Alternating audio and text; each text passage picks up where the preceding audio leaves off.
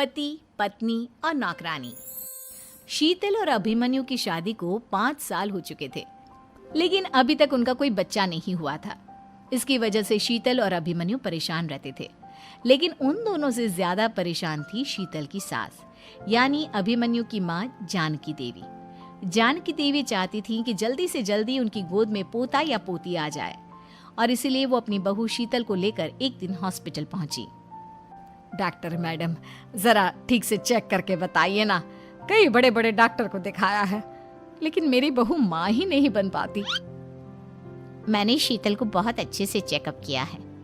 देखिए, बात यह है कि शीतल के अंदर माँ बनने की कैपेसिटी नहीं है। ये आप क्या कह रही हैं डॉक्टर साहब? कोई तो इलाज होगा ना, कोई दवाई दे दीजिए। देखिए, कुछ प्रॉब्लम ऐसी होती है जिनका कोई ट्रीटमेंट नहीं होता। आई एम सॉरी टू से, लेकिन शीतल कभी माँ नहीं बन सकती, क्योंकि उसके यूट्रस में अंदर से ही कुछ प्रॉब्लम है। घर आने के बाद क्या हुआ माँ? कहाँ लेकर गई थी आप शीतल को? अरे कहाँ लेकर जाती, डॉक्टर मैडम के पास ले गई थी, लेकिन तेरी बीवी तो कभी माँ बन ही नहीं सकती। मम्मी जी, इसमें मेरी क्या गलती? अगर अंदर से कोई प्रॉब्लम है तो उसमें मैं भी कुछ नहीं कर सकती। जानती हूँ, ये बात डॉक्टर के मुंह से सुन चुकी हूँ। अब दोबारा मेरे सामने इस बात का गाना मत गा। अरे माँ, परेशान होने की जरूरत नहीं है, हम सोचते हैं ना कुछ। अरे क्या सोचेगा तू? जब डॉक्टर कह चुका है कि तेरी बीवी माँ नहीं बन सकती, तो बता क्या सोचेगा तू? कहाँ से लाएगा बच्चा? माँ, ये तो मैं भी नहीं जानता। अभिमन्यु, क्यों ना हम अनाथ आश्रम से एक बच्चा गोद ले आए? क्या फर्क पड़ता है बच्चा हमारा हो या गोद लिया हुआ? आई बड़ी बातें बनाने वाली। क्या फर्क पड़ता है? अरे क्यों फर्क नहीं पड़ता? मुझे इस वंश को आगे बढ़ाने के लिए मेरे बेटे का खून चाहिए, किसी दूसरे का नहीं। लेकिन माँ, आप जानती हैं कि ये अब पॉसिबल नहीं है। मैं कुछ नहीं जानती। मैं किसी पराये की औलाद को इस घर में अपना पोता या पोती बन के बढ़ता हुआ नहीं देख सकती। मेरा वंश मेरे बेटे के खून से ही आगे बढ़ेगा। लेकिन मम्मी जी, ऐसा कैसे हो पाएगा? आप अच्छी तरह जानती है ना, मेरा और अभिमन्यु का बच्चा नहीं हो सकता।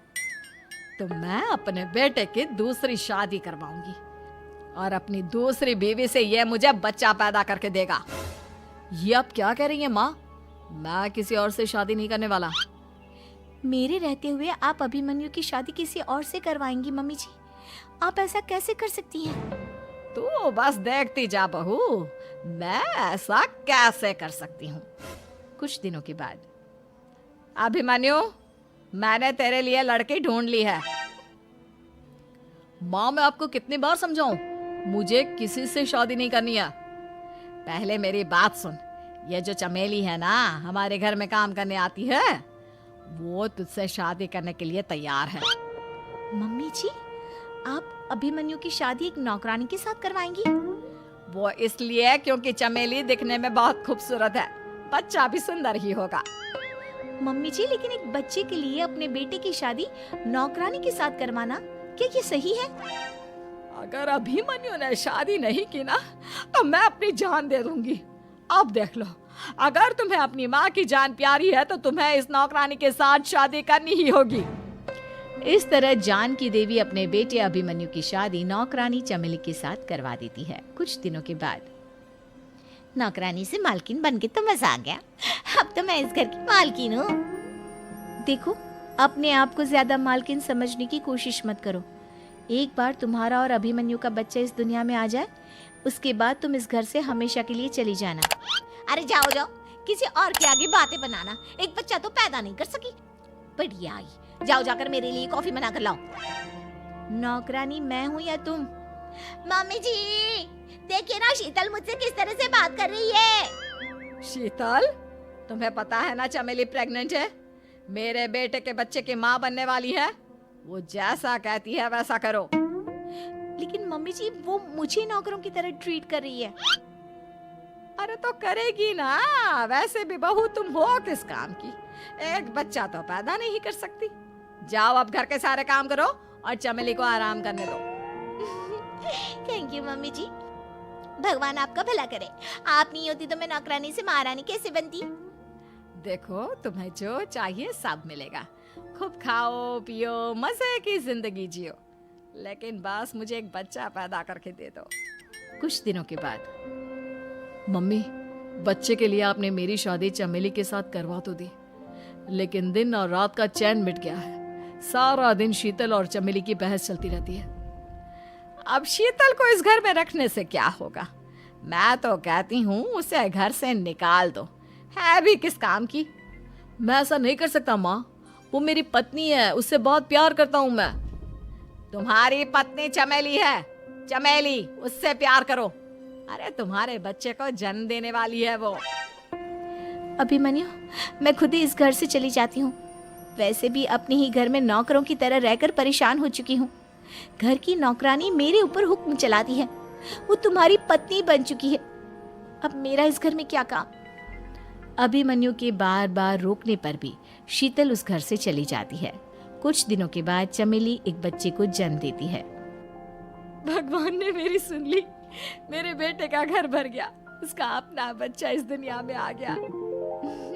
मम्मी जी, बच्चे को हाथ लगाने से पहले मेरी एक शर्त तो सुन लो। तुम कहना क्या चाहती हो चमेली?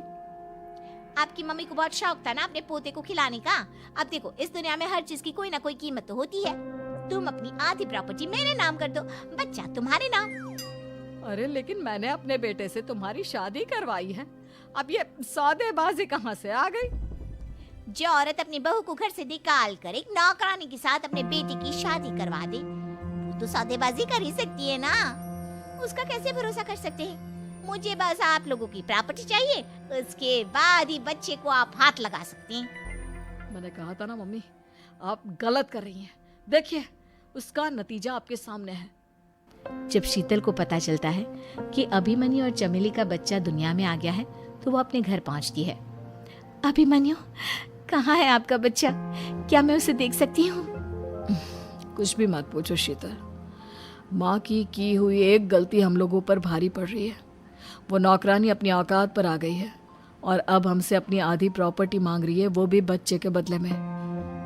एक बात कहूँ अभिमन्यु, आप उससे कुछ भी देने से मना कर दो। अरे कैसी बात कर रही हो? मेरे बेटे की औलाद है उसके पास, ऐसे कैसे मना कर दे?